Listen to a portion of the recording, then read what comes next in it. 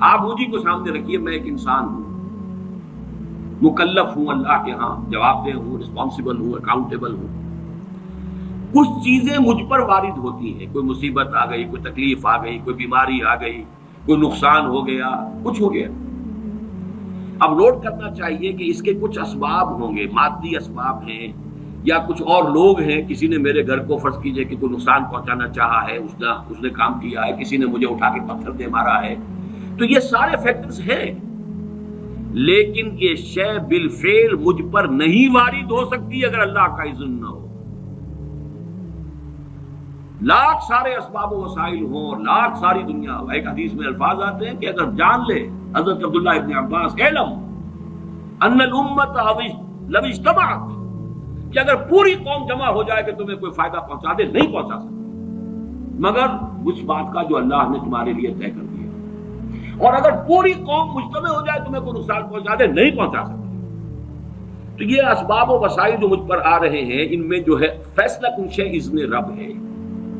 تو میں یہ بھی کہہ سکتا ہوں مجھ پر یہ اس کی لائی ہوئی مصیبت آ گئی، اور یہ بھی کہہ سکتا ہوں کہ اللہ کی طرف سے مجھ پر آیا، وہ خیر ہو یا شر ہو، بالقدر خیر ہی و شر۔ بھلائی کسی نے کرنی چاہیے، اس کا مجھے احسان ماننا چاہیے، اس کا مجھے شکریہ ادا کرنا چاہیے، کوئی بدلہ دے سکتا ہوں تو دینا چاہیے، یہ دنیا کا معاملہ ہوگا۔ اسی طرح کسی نے مجھے نقصان پہنچایا، میں قصاص لے سکتا ہوں، قانونی طور پر مجھے اس کا حق حاصل ہے، لیکن یہ جان لیجئے کہ یہ اچھائی یا بھلائی مجھ تک نہیں آ سکتی تھی بغیر اذن رب۔ تو اذن رب شامل ہو گیا نا، تو میں اس کو شامل کر رہا ہوں، والقدر خیرہ و شرہ من اللہ تعالی۔ دوسری طرف میں کچھ کام کرنا چاہتا ہوں، اچھا یا برا جو بھی ہے، یا کوئی میرا منصوبہ ہے بہت بڑا، اب اس میں ایک تو میرا ارادہ ہے جو میرے اندر سے نکلا، ہزارہ عناصر ہوں گے کہ جو اس کے اندر انوالوڈ ہوں گے، بہت سے مادی وسائل اس کے لیے درکار ہوں گے، اسباب نہ ہو جمع تو یہ کیسے کام شروع ہو سکتا ہے؟ اسباب کرے جمع، خدا ہی کا یہ کام۔ یہ عزم تیرا، یہ مجھے الفاظ پھر یاد آ گئے، وہ یہ اکبر الہ آبادی کے، یہ میرے دروس میں اشعار بہت آئے ہیں، اب کچھ ذہن سے اوجل ہو گئے۔ یہ عزم تیرا سعی سے دمساز ہو کیوں کر، عزم تو ہے، عمل کیسے ہو؟ اسباب نہ ہو جمع تو آغاز ہو کیوں کر، اسباب کرے جمع، خدا ہی کا ہے یہ کام، طالب ہو تو خدا سے، تو دعا ہی کا ہے یہ کام۔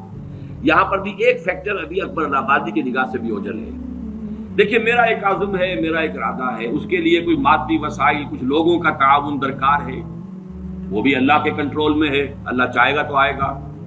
پھر بالآخر کسی شے کا پورا ہو جانا آخری درجے میں پھر اللہ کے اذن کا طالب ہے، یہاں تک کہ حضور نے فرمایا کہ جو لقمہ بھی ابن آدم کے حلق سے نیچے اترتا ہے، اب وہ سارا آپ نے اس کے لیے کمائی کی، محنت کی، وہ کھانا پک گیا، آپ کی اہلیہ نے پکا لیا گھر پہ، اب یہ لقمہ اتر رہا ہے، اس وقت بھی اللہ سے اذن چاہتا ہے کہ میں اس کے حق میں غذا کا کام دوں یا زہر بن کر لڑ دوں۔ لہذا میں یہ بھی کہہ سکتا ہوں کہ یہ کام اس طرح ہو گیا، میرے کرنے سے ہو گیا، ان اسباب سے ہو گیا، ان مددگاروں کی مدد سے ہو گیا، اور یہ بھی کہہ سکتا ہوں کہ یہ کام میں نے نہیں کیا، اللہ نے کیا۔ صرف جو ہمیں تلقین کی گئی ہے وہ یہ ہے، خیر وجود میں آ جائے تو اسے اللہ کی طرف منسوب کرو۔ الحمدللہ الذی ہدانا لہذا وما کنا لنہتدی لولا ان ہدانا اللہ،